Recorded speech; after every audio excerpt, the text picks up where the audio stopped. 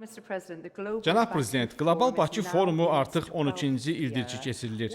Bu ilki tədbirin nəticələri ilə bağlı gözləntiləriniz nədən ibarətdir? Ümid edirəm ki, iştirakçılar ənənəvi olaraq qlobal gündəlikdə duran məsələlər barədə öz mövqelərini, fikirlərini və yanaşmalarını bölüşəcəklər.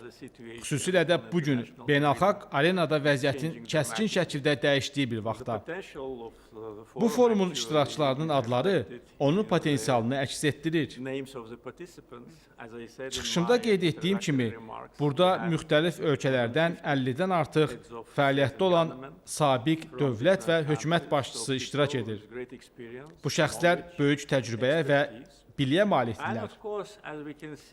Artıq açılış sessiyasından da bəlli olur ki, burada müxtəlif fikirlərin kombinasiyası mövcuddur. Onlar heç də üst-üstə düşmür və bunun özü müsbət haldır. Əminəm ki, panellər çərçivəsində daha qızğın müzakirələr aparılacaq. Beləliklə, bu forumda hər zaman yeni ideyalar meydana gəlir və beynəlxalq məsələlərə yanaşmanın formalaşmasında forumun vacib rolu var.